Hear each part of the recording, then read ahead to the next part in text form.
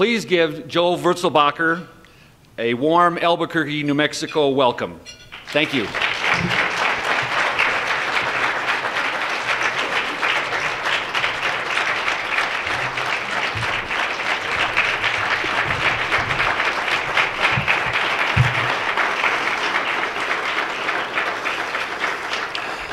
Thank you. I really appreciate that.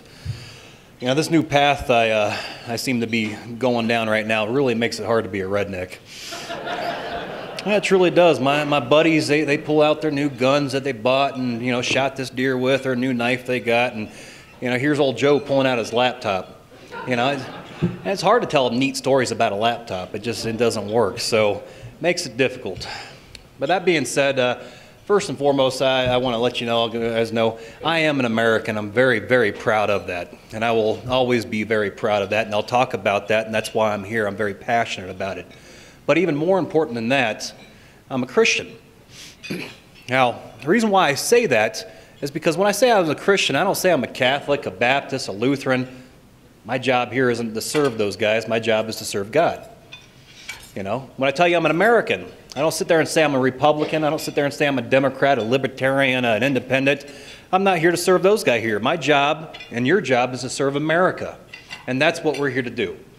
That's why I go around the country. I go to a lot of tea parties. I go to a lot of 9/12 events, a lot of dinners, asking people to get involved. You know, I want to transcend the accident that happened to me. I mean, I think it's absolutely absurd I became famous for asking a question. Really, honestly, because, I mean, honestly, that is our job as Americans. We're supposed to be asking questions each and every day. And we have failed as one of our responsibilities as Americans to vet these guys out that we're voting for. Ultimately, I talk about 4 issues, and I throw a 5th one on there because I like it. But ultimately, I talk about individual responsibility. Currently, our leaders, political leaders, sports heroes, they don't show us that we're supposed to take individual responsibility because it's always somebody else's fault. This guy here did it. That guy over there did it. Well, it was a mess before I got in office, so, you know, you give me a break. No, you know, bottom line, if you're going to be a leader, lead. Don't sit there and blame other people for what's going on. You can't do that. You don't get by like that. And that's not how I was raised. That's not how I'm raising my 14-year-old son. And that's not how we've done it in America. That's not what made America great. It was people leading, setting example, doing the best they can, you know, going for their American dream. I mean, if you listen to Barak Obama and his $250,000 statement, ultimately, you know, you can do it up until this point, then we're going to tax you more. That doesn't mean you want to shoot for it, does it? I mean, he's breeding mediocrity in our country. Political castration also breeds mediocrity, but we'll get to that in a second. Accountability. We no longer hold these people accountable. We don't do it. I mean, I talk about Chris Dodd. You know, 6, 7 months ago, you know, he talked about how I didn't write those words into that bill to allow AIG to get their bonuses, but he did. It finally came out that he did, and he came out, yeah, I did it, so what? I mean, and why not have that attitude? Because American people don't hold him accountable.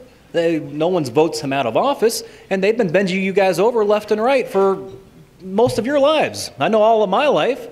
So it's up to you guys to hold these guys accountable. And then it comes to education. You know, I teach my son. My son's a straight A student. He's also captain of the football team and the co-captain of the wrestling team, and he gets straight A's. That's not because he goes to the best school in the world. It's because I'm involved as a parent in his life. I make sure he learns. And then after school, actually, he's supposed to study an additional 2 hours on history of this country. He has to understand how this country was built, why it was built, what trials and tribulations our founding fathers went through to build this country. I mean, they've done incredible work, and we're letting these current yahoos, supposed experts, want to rewrite the Constitution. You know, there's an old saying amongst the tradespeople, if it ain't broke, don't fix it. The Constitution is not broken. It does not need fixed, but we do need to adhere to it. So, and then political castration. I speak out. Like I told you earlier, it's absurd I became famous for doing what Americans are supposed to be doing. A lot of people say, hey, you know, Joe, that was a great question, but man, I'm never going to do that. Look what happened to you. Seriously, the state of Ohio got in my private records. Mainstream media labeled me a bigot, you know, a racist, wife beater. I mean, they did everything that they could to discredit me, an American citizen who was supposed to ask a politician a question, who was supposed to take them to task. And that's what I did, yet they deemed it necessary to discredit me. Journalism is dead, I'm here to tell you. I mean, that's the proof enough. They didn't take the question and follow up on it. They wanted to sit there and talk about my personal life, and they got 99% of it wrong. So, I mean, you shouldn't listen to them. You shouldn't go to them for your facts, because more times than not, I'll be able to prove you wrong if you're going to use their facts. You got to be able to stand on your own legs. That's where it comes down to education. My son come up to me, and we're talking about Marcy Kaptur. She represents my district. Dad, I hate Marcy Kaptur. Well, why, son? Well, because you don't like her. No, that's not the answer. You know, I'm a Democrat because my dad's a Democrat. I'm a Catholic because my parents are a Catholic. No, you have to do your own work. You have to learn. You have to understand what these people are about. So I had him read about Marcy Kaptur and decide if he likes her or doesn't like her. Does he like the issues she stands up for or doesn't like the issues? And now he's made a very educated choice, and he doesn't like her. But the problem with that is too many people listen to Sean Hannity. Don't get me wrong, I like Sean. Too many people listen to Rush Limbaugh. Too many people listen to Alan Combs, and they try to stand on their arguments. Well, if you come up against somebody that actually knows something, you're going to get your feet cut out from underneath you very quickly. You can't learn what you need to learn in a 3-minute soundbite. It doesn't work. So you have to become educated as Americans. You owe that to your founding fathers, and you owe it to the men and women who have died and are currently serving in our militaries to protect our way of life. You owe it to them.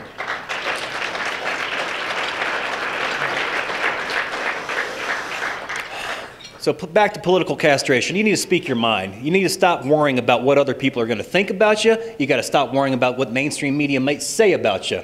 You know, I'm not running for office, but even if I was, I would tell you right now I don't like abortion. I don't like same-sex marriage. I own 5 guns, and that's not near enough. I got a big old 4x4 Dodge pickup truck out in the parking lot, and I'm leaving a carbon footprint from Wisconsin, Ohio, all the way down through Arizona and Nevada and New Mexico. Because that's what I like to drive. I don't want this green stuff shoved down my throat. It's the private sector that provides jobs. It's the private sector that pushes the economy. It is not the government. You know, as far as I'm concerned, the one thing that we can hang on Democrats per se, and I kind of stay away from jabbing on them too much, but they destroyed the big 3. I mean, if they deregulated the automobile industry out of existence almost, and then they depended on the taxpayers to come in and bail them out. Now you got government no motors. Now you got Fiat Chrysler. I mean, these are great, strong American companies, and now they no longer are. And we have our federal government to thank for that. You know, small businessman. The reason why I asked that question is 2 weeks prior to meeting Barack Obama, my boss and I sat down, and I was going to take over the company and make payments for a very long time to my boss. Start talking about taxes, talking about municipal taxes, city taxes, county taxes, state, federal, workman's comps, insurance. I sit there, and more I learned about that and heard about this. It's like, man, my government does not want me to own a business. My government does not want me to succeed. My government wants me to depend on them. That's what I took from that. That's why I asked that question. So you got to sit there, see how it affects your life, affects your community, affects your state, your government, and then you got to make an educated decision.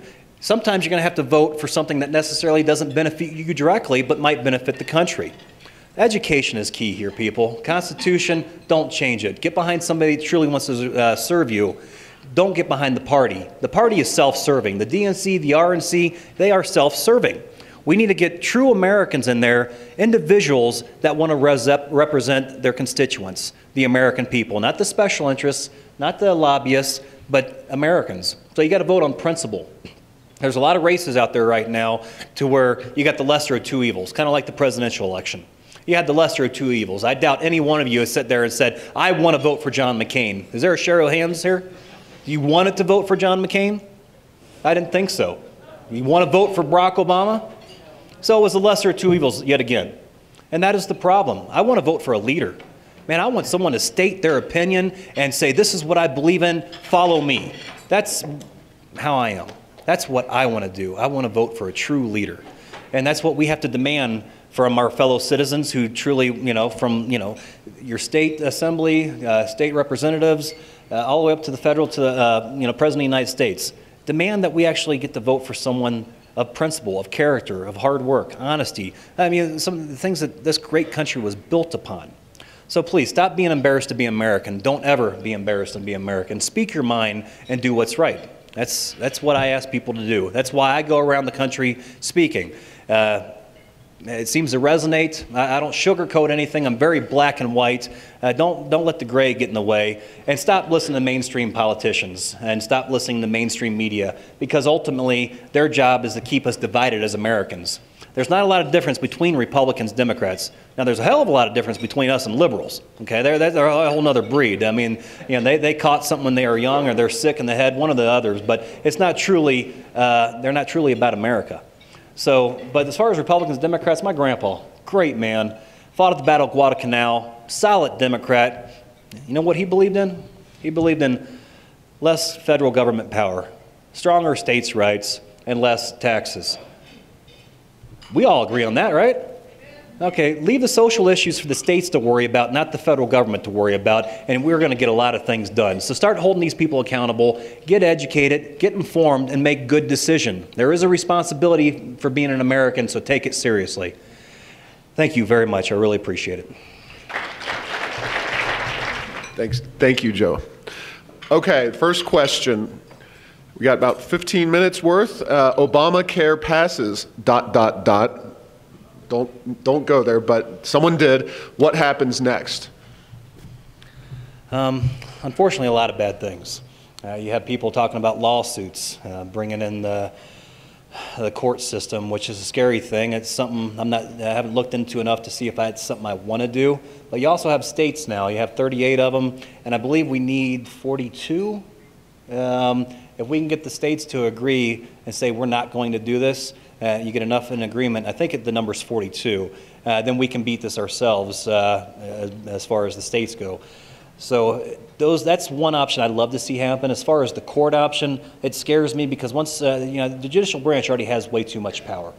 I mean, and we got to stop going to them to find out if one thing's constitutional or not. If it's the American people's will, that's all that matters. But for the judicial system to have so much power, it scares me. So hopefully we don't have to go down that route. Hopefully the states can get together and beat this ourselves. Thank you. Why don't you run for office? Because God doesn't hate me that much.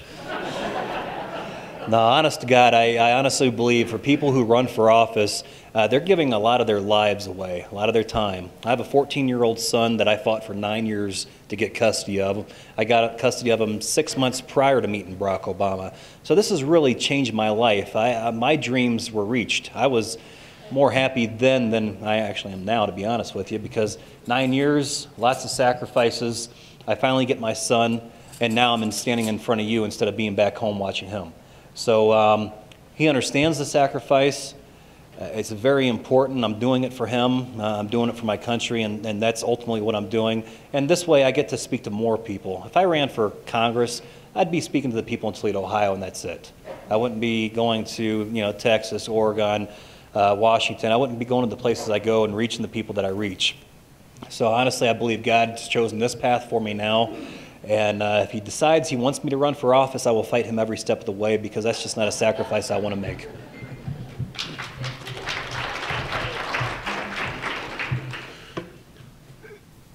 You talk a lot about the Tea Parties. Do you think this force will mature into a focused political strategy or movement, or will it remain a kind of grassroots, somewhat disorganized entity?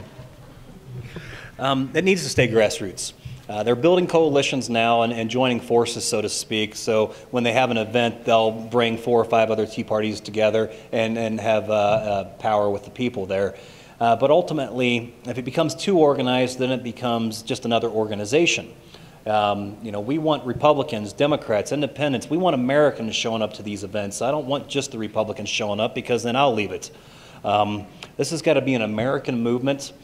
The anger is justified. Just don't get slanderous with it. We don't need to sit there and go to the lower level like the liberals do. We have facts on our sides. That's all we have to stand on. Stand on facts and principles, and we'll never go wrong as the Tea Party movement.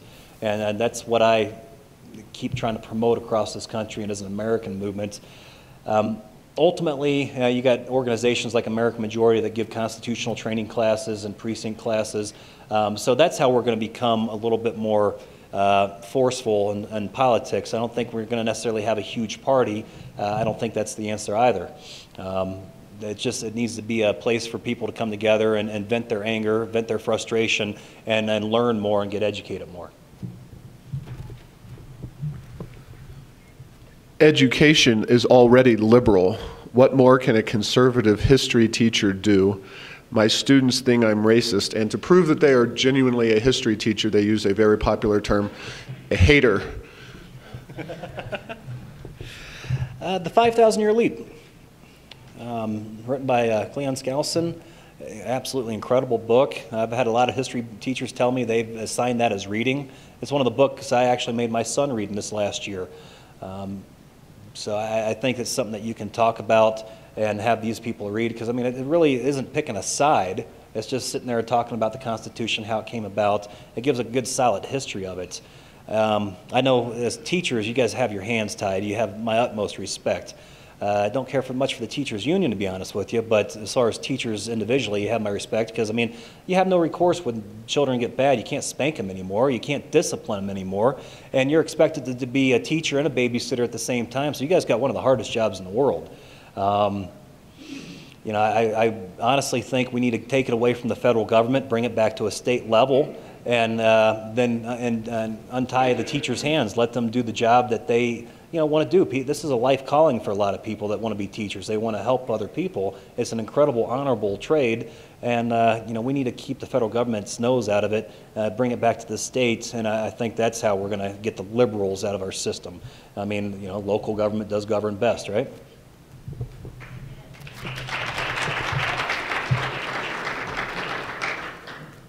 I thought spreading the wealth meant to hire people and get the economy going. What does spreading the wealth mean to you? Ultimately, when Barak Obama said that, right in my head is like, okay, so you want me to go out and earn my money, take it away from me, give it to somebody else, and make me go earn it again. That's exactly what went through my mind when he said he wanted to spread my wealth. No, spread the work ethic. That's what we need to spread. That's all we need is that. Now, wealth might not come from it, but a little bit of self-satisfaction, self-confidence, self-respect will, and that's what we need in a society. Can you give us any specifics on a leader that we can follow on a national basis? No.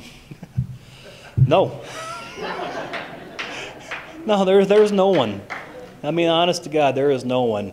Newt Gingrich was trying to do his thing with American Solutions, then he came out and backed Dee Skaska there in New York. Shot himself in the head as far as I was concerned. Sarah Palin, I like her still, have some questions for her. You can make excuses as far as why she came out for McCain or reasons, and loyalty is one of them. You can respect that if you choose. But as far as on a national scale, General Mitt Romney, I don't see anybody that I would sit there and go, man, I like this guy and I want to vote for him. Now, Alan Keyes, that guy is just incredibly smart. In fact, he's so damn smart it gets in the way sometimes. The answers are very obvious to him, and he wonders why it's not so obvious to the rest of us. That guy, just ideal alone, would be a good guy to get behind and look at more closely, but unfortunately, I don't think that'll happen anytime soon for him. But I could be wrong. Great speaker, great man, great ideas, I think would really do our country great, but we'll see what happens. But unfortunately, I don't have an answer for you. He hasn't appeared yet, or she. Joe, you speak very well. Where are the teleprompters hidden? They must be very small. He doesn't need to answer that one directly. Describe any harassment you may have had from the government, state, local, or federal. Well, the state of Ohio did get my records, talked about child support, back child support, so on and so forth. Again, like I said, they got it all wrong. When you get divorced, a certain amount of the money that you get divorced with is fed to women's shelters, so on and so forth. It's just an automatic. So anybody that's ever been divorced, you've paid money to women's shelters, which I don't necessarily say good or bad, but that's just an obvious fact. And so they took that, misconstrued it, and then that's how they came up to say, you know, I battered my wife, which I guess, you know, that's the quickest way to get me to see red. If somebody disrespects a lady or hits her, I mean, I don't have to know her. I'll go across the parking lot and whoop the guy's butt. That kind of stuff. That kind of stuff really hurts. I mean, a lot of people talking about me. My word's very important to me. And for people to sit there and talk about me in a poor way without knowing me, it was really hard to get used to. That's one thing Sean did say that I've taken to heart. The more and more they say about you, the harder and harder you got to keep working because it's working. So, you know, as far as what people say about me, I don't really care anymore. It doesn't bother me. If they stop talking about me, that means I'm not doing enough. So I'm going to keep going out there. Hopefully they keep talking bad about me. That means we're getting somewhere. So that's how I look at that anymore. As far as state, federal, not too bad. Not too many people are getting on me. It's just mostly the bloggers, the guys that 99% of them wouldn't say what they write on a computer to your face if you're right in front of them. You know what I'm saying? You know, it's kind of like that guy in the football field on another team. He'll talk a lot of smack, but he knows he's not going to get his butt whooped because the referee's going to sit there and break it up before he can really hurt him. You know, those kind of people. So. Do you ever get to speak to young people about the founding of our country and the Constitution? Yeah, I do go to colleges and speak, and that's usually a lot of fun because, unfortunately, they are pretty liberal for the most part, so I get pot-shotted a lot, and I don't mind that. I like hard questions, but they need to be willing to listen once they ask their question. And at the college level, they're still willing to listen somewhat. I mean, so that's been great. A lot of tea parties, you see children at these tea parties left and right, and I always take the time to speak to them because ultimately they're going to have to pay for our mistakes. They're going to have to pay for our complacency and laziness that we've displayed over the last 20, 30 years of our lives. So I'm doing my best to help them out whenever I can, give them a helping hand, talk to them. They seem real thrilled with autographs right now, some of the younger ones. But it still comes down to education. You know, give out the 5,000-Year Leap. I talk about that a great deal because it's just an incredible book. So if you don't have it or haven't read it, please go out and get it and read it and live it. Well, we're just about out of time, but I can take one, maybe two questions from the crowd. Yes, sir. Hi, my name is Rusty. Hey, Rusty. You talk a lot about the Constitution and you talk a lot about states' rights. And then when people ask you about a candidate, you totally ignore Ron Paul, who is the person in the federal government right now who knows more about the Constitution and states' rights and demonstrates it in the legislation he proposes than anybody I can find. So I'm just curious why you left Ron Paul out. Come on, Joe. Not because I don't like him, just because I don't know if he's the answer. The question was, do I, see somebody that I could vote for nationally or who could lead us? And I just honestly don't know enough about Ron Paul to sit there and get behind him, endorse him, so to speak. Not that I'm asking, anyone's asking me to endorse somebody right now. I just, I don't know if he's the leader to do it. He very well could be. I like a lot of his ideals. There's a lot of things he says that just downright makes sense. So I do like him. I just don't know if he's the guy I would vote for right now, to be honest with you, sir. So with that, I appreciate you all coming, and thank you, and have a good day. Go Lobos.